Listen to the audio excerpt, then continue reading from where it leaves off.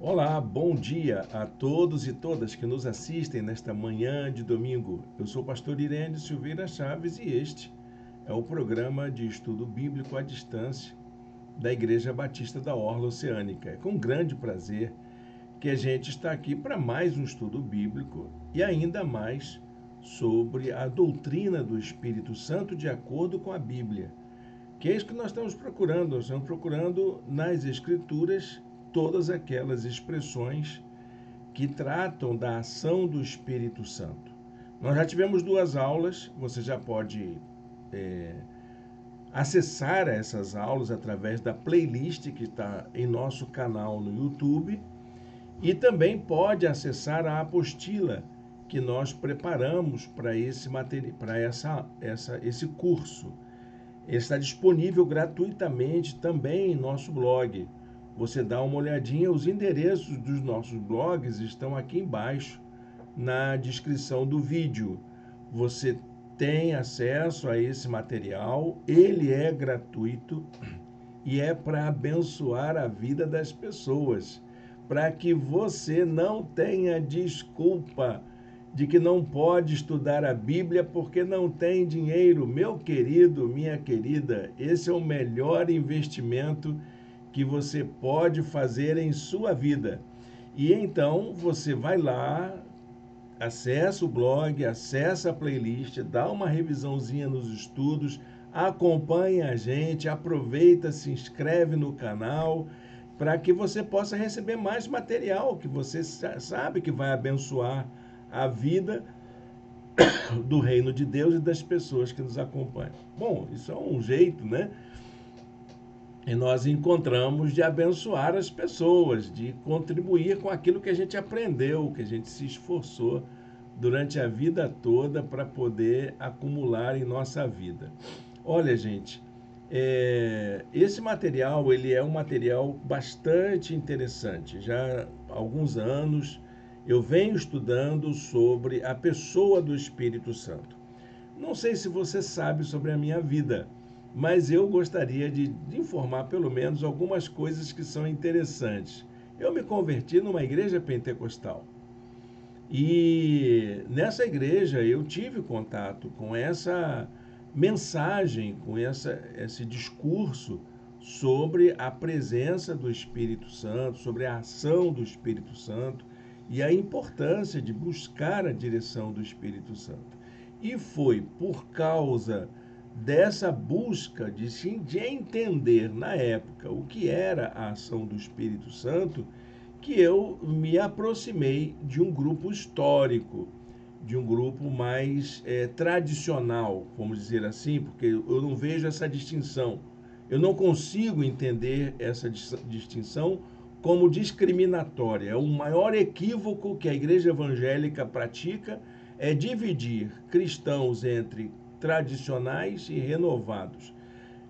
Na Bíblia não tem essa distinção, ela é discriminatória, ela é apenas para validar uma estrutura de dominação, de controle da consciência das pessoas. Foi o que eu descobri na época, né? Então eu aprendi e venho estudando, eu venho escrevendo, eu venho trabalhando essa ideia em toda a minha jornada. Escrevi livros e esses livros que eu escrevi têm as informações que estão nesta apostila. Aí você dá uma olhadinha lá, você vai ver muita coisa boa que está ali. Não porque eu escrevi, tá bom, gente? Mas pelo fato de que é resultado de uma pesquisa, de uma busca bastante esforçada para entender a mensagem bíblica, não para entender o Espírito Santo. Você nunca vai entender o Espírito Santo, mas aquilo que a Bíblia diz, dá para a gente entender sim. E a gente não precisa brigar por isso, não precisa se dividir, não precisa criar problemas quanto a isso. Se está na Bíblia, está na Bíblia, como dizia um antigo escritor da Igreja Batista. Se a Bíblia falou, está falado. Então vamos adiante, vamos em frente. Porque se é assim que está nas Escrituras, nós temos que seguir as Escrituras. Aquilo que Jesus nos ensinou, aquilo que Deus nos revelou na sua palavra. Fica mais fácil assim, não fica? Então vamos em frente, vamos adiante. Esse é o material que a gente preparou da apresentação para o nosso curso Espírito Santo segundo as Escrituras. Nós já estamos na nossa terceira aula. Essa aula que hoje vai falar sobre aquilo que o Espírito Santo faz. A função do Espírito Santo é o tema da nossa aula de hoje. Dá uma olhadinha lá na sua apostila, acompanhe a gente. Se você não tem a apostila agora, por uma questão prática, né? Você pode acessar sua Bíblia e acompanhar nas Escrituras aí, no exemplar da sua Bíblia, o que a gente vai falando aqui, tá bom? Mas não deixa de baixar a apostila não, ela é importante para você. Coloca na sua biblioteca, no seu acervo, vai ser muito importante para a sua vida. O texto para nos motivar para a nossa aula está em Efésios 4:30. Não entristeçam o Espírito Santo de Deus, com o qual vocês foram selados para o dia da redenção. Olha que palavra interessante, não entristeçam. Isso quer dizer duas coisas importantes aí para a gente lembrar. Primeira, eu posso fazer algo que abala a ação do Espírito Santo. Isso é fato. Eu posso prejudicar a ação do Espírito Santo. Isso é um primeiro dado que aparece nesse versículo. O segundo é o fato de que o Espírito Santo, ele se entristece, ele se chateia com a gente, ele se importa com aquilo que a gente pensa, porque ele está em contato direto com a gente. É ele quem está presente, é ele quem faz a graça de Deus acontecer em nossa vida. É ele quem manifesta a presença de Deus constantemente na nossa vida. Então, esse Espírito, que é Deus presente, ele se entristece quando a gente faz algo que atrapalha a sua atuação. Deus quer fazer o melhor para você e você prejudica, pelo amor de Deus, não há quem fique feliz com isso. E até o Espírito Santo de Deus se entristece. Lembre-se disso. Você pode prejudicar a ação do Espírito Santo. E quando você faz isso, o Espírito Santo fica profundamente triste. Então, não entristeçam o Espírito Santo de Deus. Que belo conselho, não é? A gente pode colocar isso em prática na nossa vida a cada momento. Bom, gente, a nossa lição de hoje vai falar sobre aquilo que o Espírito Santo faz. Se temos uma vida cheia do Espírito Santo, que é o que vimos nas aulas anteriores, se nós temos a presença desse Todo-Poderoso, que é o Espírito de Deus entre nós, vamos aprender hoje o que ele faz. O que é que o Espírito Santo faz na minha vida? Bom, em primeiro lugar, eu preciso lembrar que a tarefa essencial do Espírito Santo é manifestar a presença de Deus no mundo. Então, se temos Deus atuando no mundo, esse Deus atua como Espírito.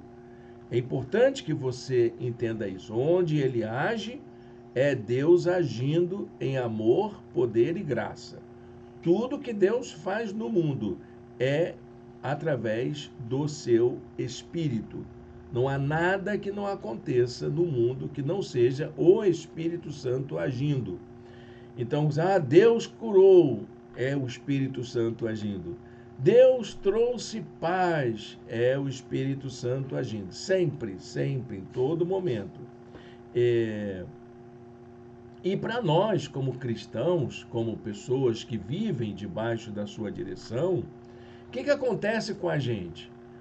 Nós somos capacitados a praticarmos a missão de Deus no mundo, a vivermos como cristãos no mundo, a sermos testemunhas dessa presença de Deus na vida. Então, esse Espírito esclarece para a gente qual é a missão que a gente tem como testemunha.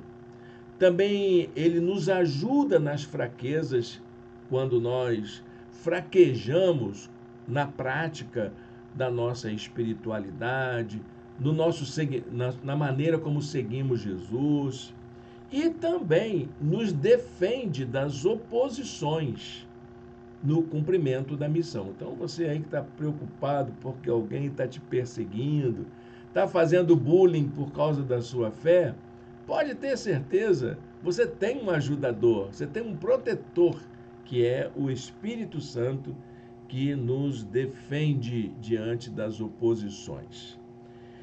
Jesus ele ensinava que o Espírito Santo iria conduzir os discípulos em toda a verdade.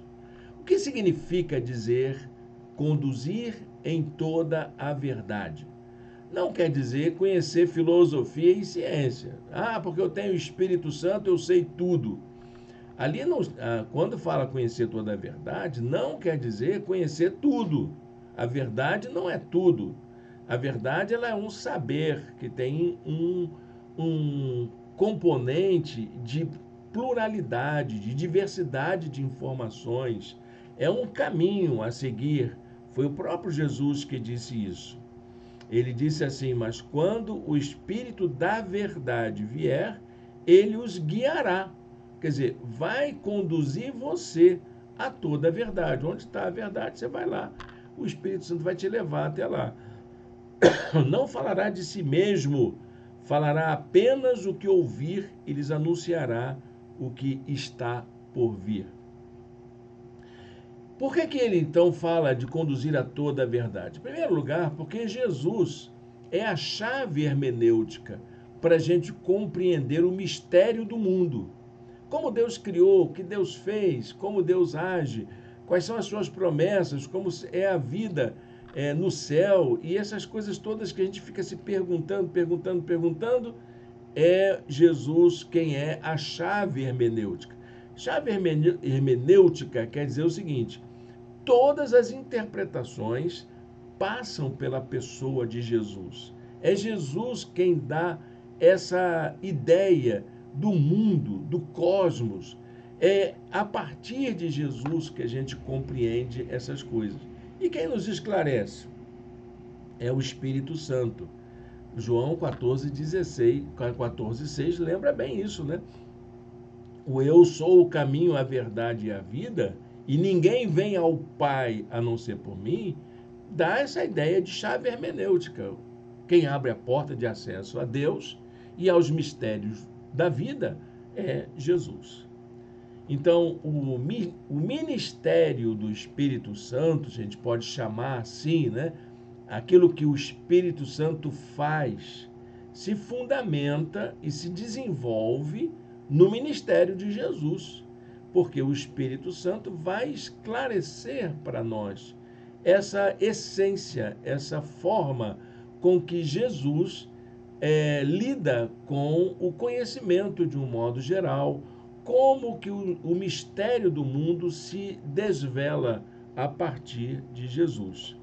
Então, se a gente pudesse anotar as tarefas do Espírito Santo, a gente diria o seguinte: olha, quais são as tarefas do Espírito Santo? Isso é Jesus ensinando no seu discurso sobre o Espírito Santo, que a gente já viu que é o texto de João, capítulo 14, capítulo 15 e capítulo 16. Então ele diz assim: primeira coisa que o Espírito Santo faz, ensina aos discípulos todas as coisas. Tudo que você tem que aprender é Jesus, é o Espírito quem vai te ensinar. Ele dá testemunho de Cristo, João 15, 26. Ele expõe o erro e o engano do mundo, João 16, 8. Ele guia os discípulos na verdade, João 16, 13. E glorifica a Jesus, João 16, 14 e 15. São essas coisas que o Espírito Santo faz, segundo Jesus, na nossa vida. Mas é só aí que vamos encontrar? Não, a Bíblia toda fala sobre essas formas do Espírito Santo atuar. Você tem evidências da presença do Espírito Santo em toda a Bíblia, inclusive no Antigo Testamento, que já começa dizendo que o Espírito de Deus pairava sobre as águas. Então, o Espírito de Deus sempre esteve presente no mundo. O Espírito Santo foi o poder inspirador que movia os profetas e os homens de Deus. E era assim que a presença de Deus era manifestada. Só que ainda não tinha um Jesus para explicar o que foi explicado lá em João 14, 15 e 16. É a partir daí que nós vamos entender que essa presença de Deus no mundo é nitidamente Espírito. É o Espírito Santo entre nós. Mas eles já tinham vislumbres disso. O Espírito Santo sempre se manifestou na história da humanidade, especialmente na história da vida de Jesus de Nazaré. Então, o Espírito Santo é quem sempre nos desperta para essa vida nova, para essa vida em Cristo, para aquilo que o Senhor vai realizar em nós através da nossa experiência de encontro com Jesus. O Espírito Santo convence o mundo dessa necessidade da gente ter a nossa vida transformada. E o primeiro passo para a gente ter uma vida de experiência com o Espírito Santo é vencer esse bloqueio que a gente tem, que se chama pecado. O pecado na nossa vida impede que a gente tenha uma vida cheia do Espírito Santo. Para evitar isso, não é que ele vai tirar o pecado todo, ele vai nos convencer de que essa condição de pecador, ela não termina, viu, gente? Nós continuamos pecadores, mas pecadores redimidos, transformados pela graça. E ele vai nos convencer de que isso não faz bem para a nossa vida. Dessa forma, a gente entende que o Espírito Santo age na transformação do indivíduo, santificando e moldando o seu caráter. Olha, gente, estou falando de uma experiência transformadora, que é essa presença do Espírito Santo na nossa vida a partir do momento que a gente entrega a nossa vida a Jesus de Nazaré. Aliás, a própria experiência de conversão já é uma imersão na ação do Espírito Santo. Ou melhor dizendo, já é resultado dessa ação do Espírito Santo em nós. Mateus 12, 31 e 32. Por isso eu lhes digo, todo pecado é blasfêmia, e blasfêmia serão perdoados aos homens. Mas a blasfêmia contra o Espírito não será perdoada. Todo aquele que disser uma palavra contra o Filho do Homem será perdoado. Mas quem falar contra o Espírito Santo não será perdoado, nem nesta era, nem na era que há de vir. Por que é isso? E se falou mal de Jesus, você é perdoado, mas falou do Espírito Santo, não é? É porque quando você se nega a receber a ação do Espírito Santo, que lhe aponta para a graça, você fechou as portas para a sua vida. Você está aniquilando toda a obra de Deus sobre você. Você está dizendo para Deus, eu não quero. Você está dizendo não para Deus. Negar a ação do Espírito Santo é dizer não para a obra salvadora de Deus. Que é aquilo que o apóstolo João vai chamar de pecado para a morte. Não existe pecado para a morte na Bíblia, não existe nenhum. Todos os pecados são perdoáveis. Mas essa ação de você negar a presença do Espírito Santo e se negar a receber essa ação poderosa de Deus que se manifesta pelo Espírito Santo, isso é você dizer, eu não quero ser salvo. Então, é o chamado pecado para a morte. É quando a pessoa endurece o seu coração e rejeita voluntariamente a graça salvadora que o Espírito Santo revela. Então, esse é que é o famoso pecado para a morte. Lamentável, né? quando alguém endurece o seu coração e diz: eu não quero essa salvação aí. Eu não quero ser salvo por Jesus. Eu não quero experimentar a graça na minha vida. O João, quando ele fala exatamente assim: há pecado que leva à morte. Todo ele. Não estou dizendo que se deva orar por esse. Toda injustiça é pecado, mas há pecado que não leva para a morte. Porque é claro que o profeta dizia: a alma que pecar, essa morrerá. Você morrer sem você reconhecer que a graça de Deus o transforma, isso sim é um problema. O problema não é você pecar simplesmente, porque o Senhor sabe que o ser humano peca indiscriminadamente. Não há ninguém que possa dizer: ah, eu não peco.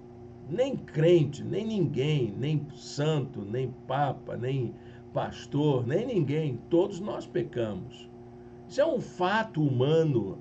O pecado é uma característica intrínseca da condição humana.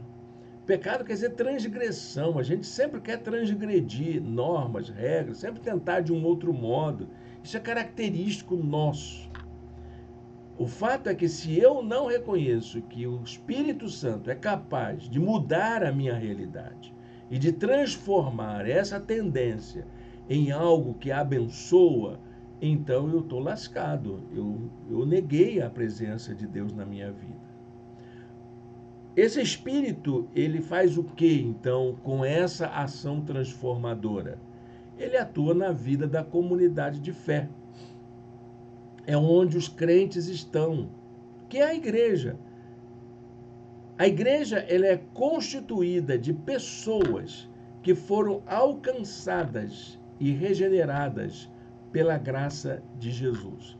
É isso que é a igreja. A igreja não é um lugar de pessoas perfeitas, mas pessoas que foram alcançadas pela graça, apesar de serem imperfeitas. E imperfeitas do jeito que são, elas são sensíveis à direção do Espírito Santo. Você entendeu isso? É isso que tem que ser a igreja. A igreja não é uma igreja de pessoas certinhas, tudo ali fazendo certinho. A igreja é lugar de gente com problema, realmente. Todo mundo é ser humano. Só que esses seres humanos que compõem a igreja foram transformados pela graça. Não sabeis vós que sois templo de Deus e que o Espírito de Deus habita em vós? É isso aí, gente. Ah, o Espírito Santo está na igreja. Como que ele está na igreja? Na sua vida, na vida dos crentes. Se alguém destruir o templo de Deus, Deus o destruirá, porque o templo de Deus, que sois vós, é santo. Qual é a atuação do Espírito Santo na vida da igreja? Em primeiro lugar, é preciso entender que o Espírito Santo está presente na história da igreja desde o começo. Foi ele quem promoveu e inaugurou a igreja cristã no mundo. Atos capítulo 2, de 1 a 11, conta a história do evento de Pentecostes, que no meu modo de entender e de muitos teólogos importantes, é o ato inaugural da igreja no mundo. É quando a igreja, então, ela é inaugurada. Agora vocês estão livres, podem sair para o mundo fazendo o trabalho de vocês. Que a igreja é isso, são aqueles que vão, né? Aqueles que são enviados. Aquele grupo de 120 irmãos que estava no cenáculo reunido em oração depois da ascensão de Jesus, era um grupo de pessoas que aguardava esse momento.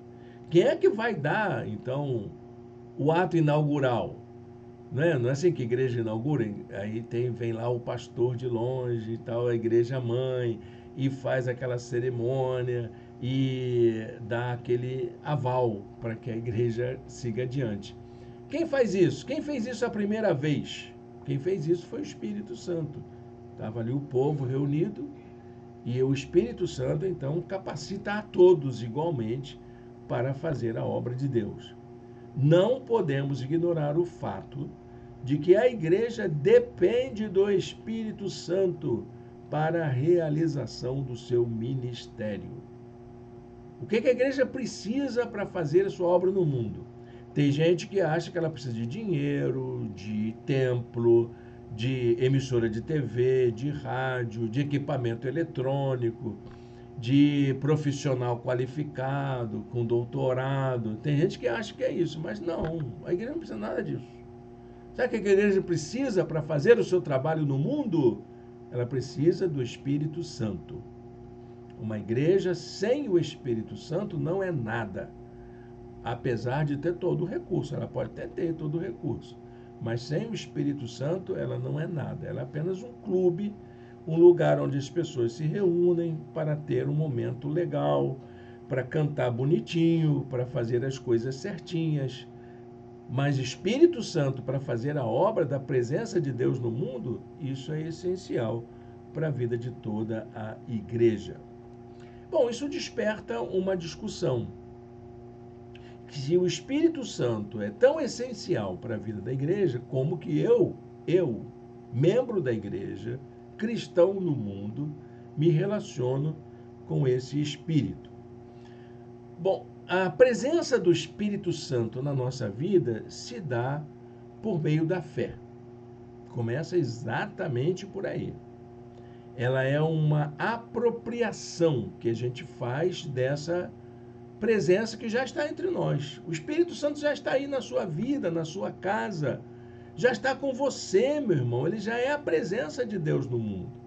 Para você se apropriar disso, há um ingrediente que está faltando, que é a fé. A palavra de Deus usa 4 metáforas para falar sobre essa apropriação do Espírito Santo, como que ela se dá. É a metáfora do dom, da testificação, do selo e do penhor. Vamos ver cada uma dessas metáforas, como é que elas funcionam? Então, a Bíblia sempre diz que a Bíblia nos é dada como um presente. Talvez a ideia do presente fosse uma metáfora a mais. Ele é o testificador da graça, ele é a garantia da salvação que recebemos e ele é o valor da obra da salvação. Lembrando aí que a ideia de um presente é o dom, o testificador é a testificação mesmo, a garantia é o selo e o valor da obra é o penhor. Vamos ver cada uma delas? Olha o que diz lá em 2 Coríntios 1, 21, 22. Ora, é Deus que faz que nós e vocês permaneçamos firmes em Cristo. Ele nos ungiu, nos selou como sua propriedade e pôs o seu Espírito em nossos corações como garantia do que está por vir. Fez isso com quem? Com todos os crentes, com todo mundo que recebeu Jesus. É todo mundo, não fica ninguém de fora, não. O Espírito Santo como um dom, o que ele faz? Ele é concedido sempre como uma resposta à oração. É quando você carece da presença de Deus. E o Espírito, então, é dado gratuitamente a todas as pessoas.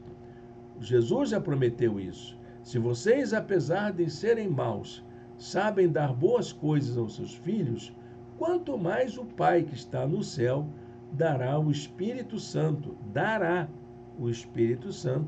a quem o pedir. Então, o Espírito Santo é consequência dessa entrega, de você saber que você entregou a sua vida ao Senhor. Ela está relacionada a uma conversão, a uma mudança de mentalidade na vida da gente. O Espírito Santo já foi dado a todo que crê. Romanos 5:5. E a esperança não nos decepciona, porque Deus derramou o seu amor em nossos corações por meio do Espírito Santo que ele nos concedeu. A tradução antiga dizia que nos foi dado. O Espírito foi dado gratuitamente a todos e todas. É só você permitir, tomar posse. A evidência bíblica de que Cristo habita em nós é essa ação do Espírito Santo. Os que obedecem aos seus mandamentos permanecem nele, e ele neles. Deste modo, sabemos que ele permanece em nós pelo Espírito que nos deu. 1 João 3:24. Agora vamos ver o Espírito Santo como o testificador, aquele que testifica. A função do Espírito Santo é testificar que temos o amor do Pai, que nós somos filhos de Deus e que temos as suas ricas promessas ao nosso dispor. Você vê aí na apostila e aqui na apresentação que eu fiz referência ao capítulo 8 de Romanos, onde estão essas informações importantes sobre o Espírito testificador, que diz para nós que somos amados por Deus, somos tratados como filhos e que temos ricas promessas. Então, esse Espírito já está dado, mas ele testifica que somos amados e cuidados por Deus. Vamos ver agora também a questão do Espírito Santo como um selo. A ideia do selo é de que era aquela coisa assim, antigamente os documentos, quando eram emitidos, eles recebiam uma massa de cera derretida e então o juiz, o imperador, a autoridade ia lá com o anel dele e selava aquela carta, lacrava aquele documento para dizer que ele era o responsável por aquele documento. Ou então até mesmo na assinatura, ele assinava e então colocava a cera e o seu anel como um selo de que foi ele mesmo que assinou e que não houve rasura daquela assinatura.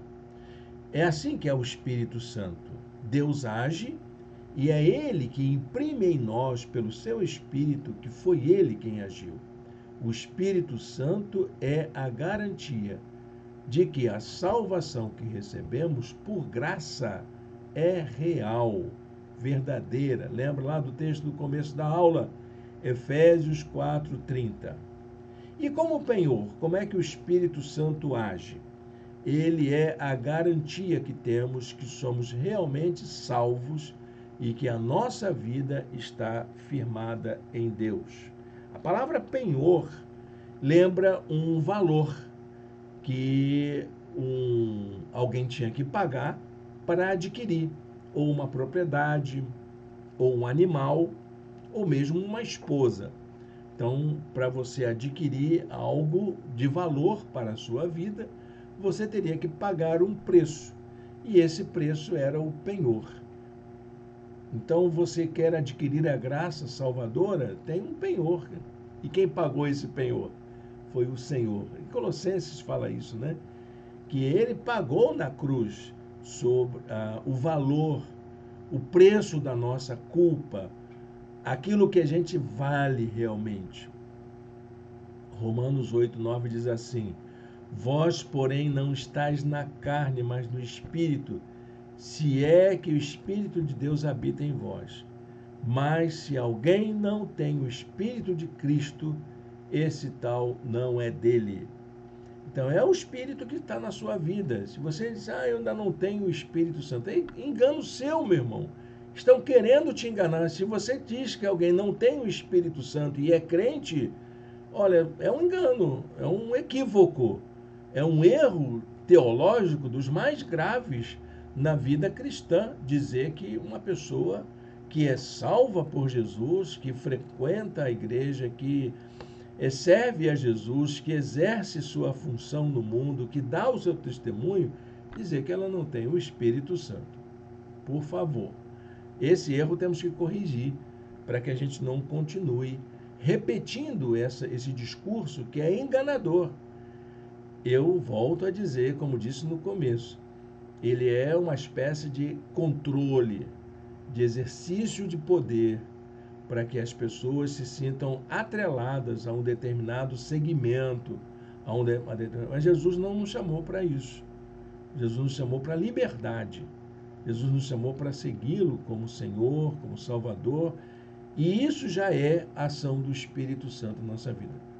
Ok, eu entendo que você precisa mergulhar nisso, precisa aumentar o seu envolvimento com a ação do Espírito Santo. É verdade. Precisa se encher, como falamos na aula passada. Então vamos falar um pouco sobre esse equívoco que comporta a igreja evangélica brasileira. E acho que no mundo todo esse equívoco está presente aí. É um equívoco do século XX, que a gente não conseguiu superar ainda, que é a questão do batismo no Espírito Santo. Eu não estou aqui para negar a ação do Espírito Santo, começa por aí. Eu creio no batismo do Espírito Santo. Eu entendo que somos batizados no Espírito Santo. Mas por que você crê, Irênio? Você não é batista? É por isso, porque a Bíblia diz que serei batizado no Espírito Santo. É uma realidade, é uma verdade isso. E precisamos nos conscientizar dessa realidade na nossa vida. O que o batismo no Espírito Santo se refere? Se refere ao momento em que o Espírito Santo começa a atuar na vida do crente. Num exame mais criterioso da Escritura, o batismo no Espírito Santo é o momento em que ele começa a atuar na vida do crente. Você sabe quando o Espírito Santo começou a atuar na sua vida? Quando você deixou a vida antiga para trás e aceitou Jesus como seu Senhor e Salvador. Ali era o Espírito Santo atuando na sua vida. Era você sendo trazido para dentro da realidade do Espírito. É você sendo mergulhado na graça. É você dando o seu passo inicial. É claro que aquilo não foi só um momento na sua vida. Houve uma vida que se seguiu. Houve um after day, né? Houve um dia seguinte, que é você hoje, como cristão, como servo de Jesus. A expressão batismo no Espírito Santo aparece 7 vezes no Novo Testamento. É importante isso, porque a gente às vezes acha que essa experiência ela está presente em todo o Novo Testamento. 7 vezes. Como que ela se dá? Nas primeiras 6, fala diretamente de João Batista, falando que o Espírito vai batizar a todos. E que esse batismo será no Espírito e com fogo. Mateus e Lucas falam isso. Não fala de uma presença constante do Espírito, fala do momento inicial. Olha, eu estou batizando com água, mas virá quem batizará com o Espírito e com fogo. Então, o que eu posso depreender dessa ideia é de que a experiência do batismo no Espírito Santo é uma experiência inicial. Ela é uma experiência de imersão na realidade do Espírito. Olha, eu sei que você pode discordar de mim, porque você tem interpretações sobre isso, mas não tem outra ideia para a gente entender isso. Quando João Batista fala, eu estou falando da mensagem de João Batista, que todas as 7 estão relacionadas com isso. 6 diretamente sobre essa experiência. E a 7ª é o Atos dos Apóstolos, falando que é o cumprimento da promessa de João Batista. Então, o que nós estamos falando aqui? Nós estamos falando de uma experiência inicial. É esse o começo. É quando tudo começa. Quando eu sou imerso nessa graça. Quando eu aceito tomar parte dessa realidade. João Batista afirmou que a obra de Jesus, que Jesus viria a realizar seria maior que a dele, pois iria batizar no Espírito Santo. E você vai encontrar essa passagem em vários textos do Evangelho e em Atos dos Apóstolos. Vários quer dizer 7, tá bom? Então essa era uma promessa de Deus desde o Velho Testamento. O profeta Ezequiel, o profeta Joel falavam sobre o início dessa vida, a de derramar o seu Espírito Santo sobre o seu povo, de permitir que o Espírito Santo atue diretamente na nossa vida. Então, o batismo no Espírito Santo, preste bem atenção nisso, meu irmão, minha irmã, para você não cometer esse equívoco, dizer que você não tem o Espírito Santo. Por favor, ele é um presente maravilhoso de Deus. O que é o batismo no Espírito Santo? É o dom, é o presente, resultado da graça salvadora. Sabe por que você recebe isso? Porque Jesus morreu na cruz para garantir acesso a todos, concedida igualmente. Sublinha aí o igualmente na sua apostila, a todos os que creem. Esse dom é recebido quando da conversão a Cristo. Conversão genuína. Não é aquela coisa de levantar a mão na igreja, não. É quando você toma a decisão de mudar a sua vida, de viver uma nova vida, de ser transformado pela graça como um selo da nossa salvação. Então, eu diria que o batismo do Espírito Santo é uma experiência transformadora.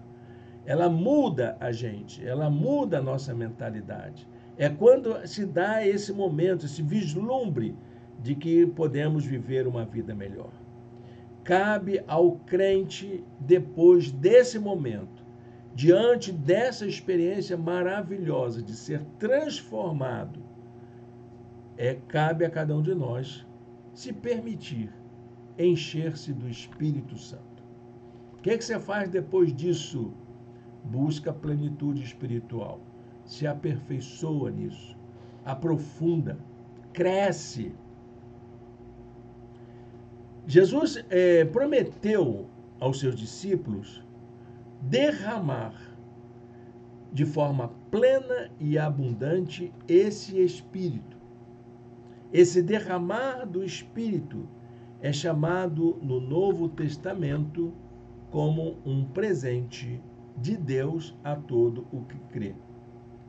Então, quando tivemos um encontro sincero e transformador com Jesus, ele nos regenerou, ele mudou a nossa vida, ele nos renovou pela lavagem do Espírito Santo. É o caso do batismo com fogo. O batismo com fogo é metáfora da purificação. Há pessoas que receberam o Espírito Santo no momento da conversão registradas na Bíblia. Veja a lista de todos eles. Os primeiros 3.000 convertidos de Atos 2:38. Os convertidos de Samaria, Atos 8:17. Os convertidos da casa de Cornélio, Atos 10:11. Os discípulos de Éfeso, que só conheciam o batismo de João, capítulo 19. Então, esse recebimento desse dom coincide com esse momento em que nós recebemos Jesus em nossos corações de maneira autêntica. O que a Bíblia diz sobre isso? Primeiro, Deus nos deu o seu Espírito. 1 Tessalonicenses. Sabemos que estamos em Cristo e que Cristo está em nós pelo Espírito que nos foi dado. E isso você vai encontrar atravessado em todo o Novo Testamento. O Novo Testamento fala de que essa bênção, ela é uma bênção coletiva, concedida a todos os crentes de igual modo. Todos ficaram cheios do Espírito Santo no dia de Pentecostes. Paulo afirma que todos fomos batizados em um mesmo Espírito, formando um corpo. Ser batizado, então, no Espírito Santo significa nascer de novo, imergir na nova realidade inaugurada pelo Espírito Santo. Por isso que a gente precisa estar bem claro, se alguém não tem o Espírito Santo em sua vida, ainda não experimentou a vida nova em Jesus, ainda não foi transformado. Há muitos na igreja que receberam a bênção da salvação, mas não cresceram na graça que há em Cristo, que é um outro problema. Talvez você seja daquela pessoa que entende que a graça transformou sua vida, você mudou de vida, mas não se aperfeiçoou, não cresceu, não aprofundou a presença do Espírito Santo em sua vida.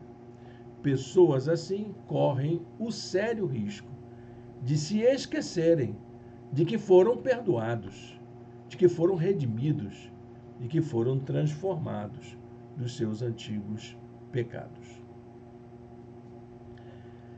Bom, assim como o batismo no Espírito Santo é muito importante para a vida, também é importante um outro termo que talvez seja mais importante do que a ideia do batismo do Espírito Santo. É a questão da unção espiritual.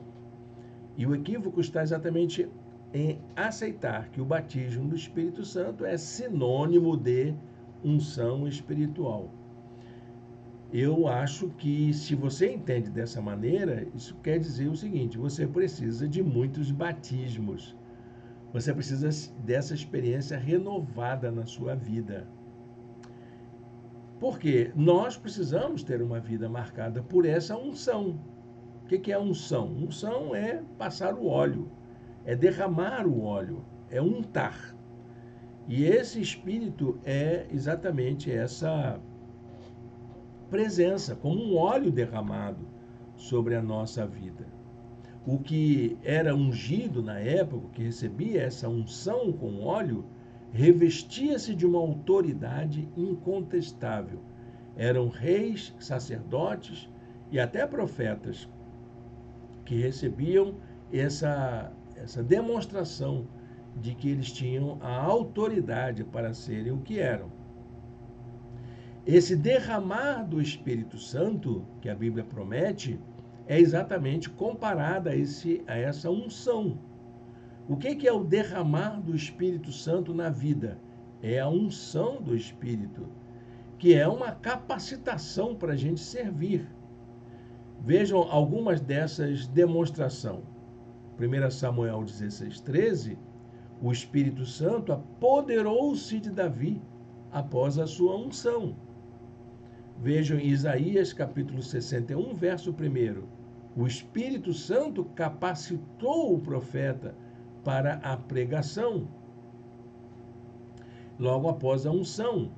Então, a unção refere-se ao poder e à virtude conferidos a Jesus, primeiramente, e ele nos capacita para isso também, que é a capacidade de discernimento conferida aos crentes em geral. Então, a unção é o que nos capacita para realizarmos a obra de Deus e faz com que a gente seja guiado pelo Espírito Santo. Pessoas guiadas pelo Espírito Santo que puderam ser usadas poderosamente. Filipe foi conduzido pelo Espírito Santo para evangelizar o eunuco. Pedro foi orientado pelo Espírito Santo a ir a Cesareia pregar na casa de Cornélio. A igreja de Antioquia foi orientada pelo Espírito Santo a separar a Barnabé e Saulo para o trabalho missionário. O Concílio de Jerusalém rejeitou as heresias judaizantes sob a orientação do Espírito Santo. Paulo foi impedido pelo Espírito Santo de entrar com o evangelho em algumas cidades. A igreja de Éfeso foi orientada pelo Espírito Santo a escolher seus pastores.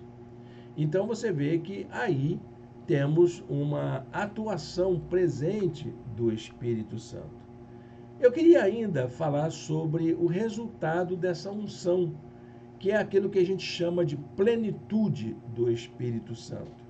O que é a plenitude espiritual? Plenitude é o estado de completamente cheio. O que é pleno? Pleno é o que está na borda, a ponto de transbordar.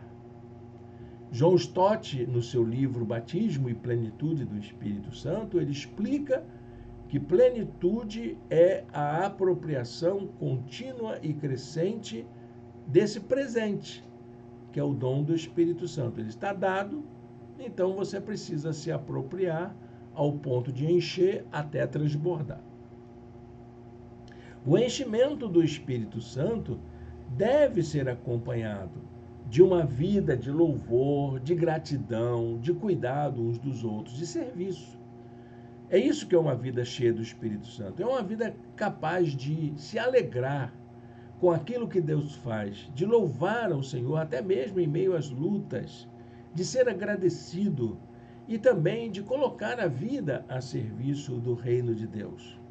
O objetivo de termos uma vida cheia do Espírito Santo é estarmos sempre prontos para fazermos a vontade de Deus, de fazermos aquilo que Ele quer, do jeito que Ele quer, cumprindo o seu mandamento.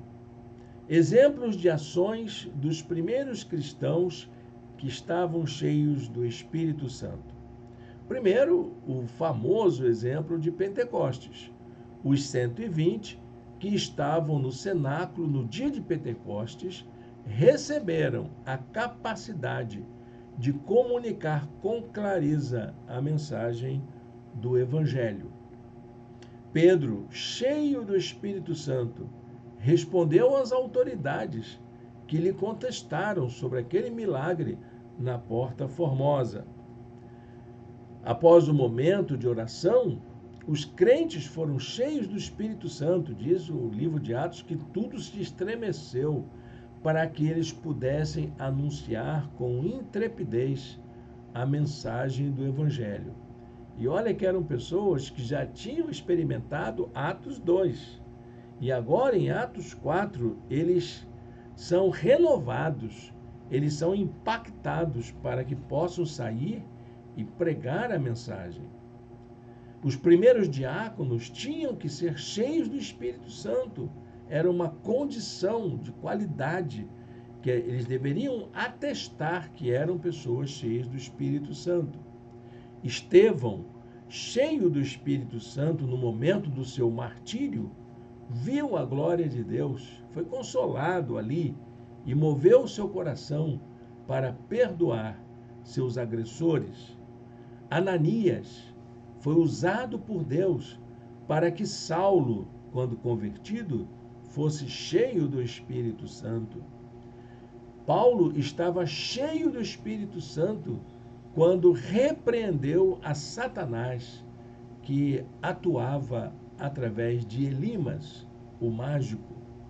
São passagens muito curiosas, vale a pena dar uma olhadinha, eu coloquei as referências aí para você, dá uma olhadinha lá que vai te valer a pena você fazer esse exame posteriormente. Os crentes perseguidos de Antioquia experimentaram a alegria e o enchimento do Espírito Santo. A pergunta que eu quero fazer para você é a seguinte: o que você deve fazer para ter uma vida cheia do Espírito Santo? Como que você faz isso? Queria recomendar 3 coisinhas. Primeiro, tenha sede de Deus. Precisamos ter sede de Deus para buscarmos as coisas espirituais e pensarmos nas coisas que são de cima, como diz Colossenses 3:1. Portanto, já que vocês ressuscitaram com Cristo, procurem as coisas que são do alto, onde Cristo está assentado à direita de Deus. Segundo, tenha um coração limpo. Precisamos ter esse coração limpo. Afinal, Deus está sempre pronto a nos abençoar, pois Deus não pode atuar em um coração que está comprometido com o pecado. Então, santifica a tua vida. Evita o pecado. Tenta fazer o melhor da sua vida. Vejam, o braço do Senhor não está tão curto que não possa salvar, e o seu ouvido tão surdo que não possa ouvir. Mas as suas maldades separam vocês do seu Deus. Os seus pecados esconderam de vocês o rosto dele, e por isso ele não os ouvirá. Profeta Isaías. Faz bem a gente lembrar isso. É bom a gente renovar o nosso compromisso com ele. E em terceiro lugar, precisamos fazer uma entrega total de nossa vida ao Senhor. Tem setores da nossa vida que a gente tem dificuldade de consagrar ao Senhor. E é preciso que a gente faça isso integralmente.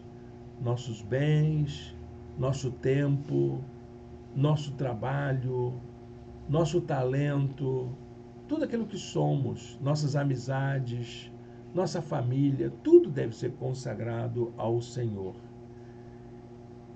Consagrado a ponto de afirmarmos que já estamos crucificados com Cristo.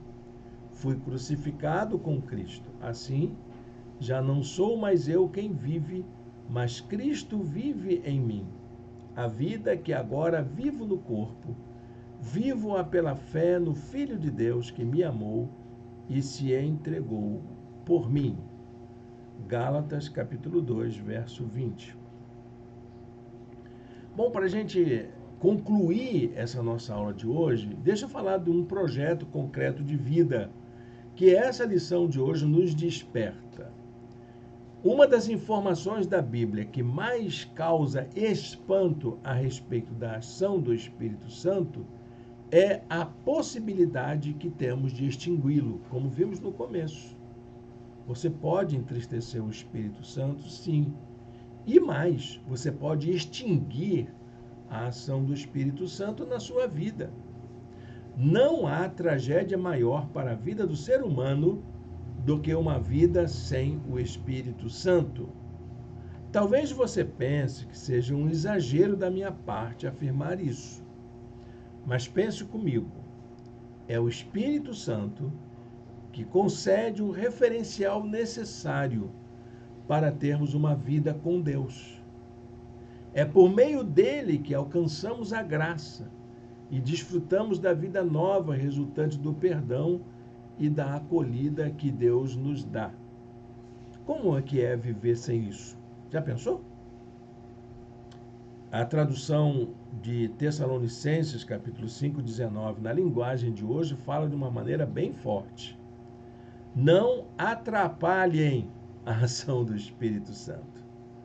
A versão tradicional dizia, não entristeçam. Mas na linguagem de hoje diz que não atrapalhe, não cria problema para o Espírito Santo, não. Deixa ele agir. Deixa ele agir na sua vida. Amém, meu irmão, minha irmã? Vamos orar ao Senhor? Feche seus olhos, fale com Deus. Senhor Deus e Pai, muito obrigado, Senhor, por esta manhã de estudo na Tua Palavra. Queremos ter uma vida cheia do Teu Espírito. Queremos ser imersos nessa graça maravilhosa. Queremos experimentar a transformação que Teu Espírito nos concede. Termos a Tua unção, termos uma vida plena do Teu Espírito, a ponto de transbordarmos.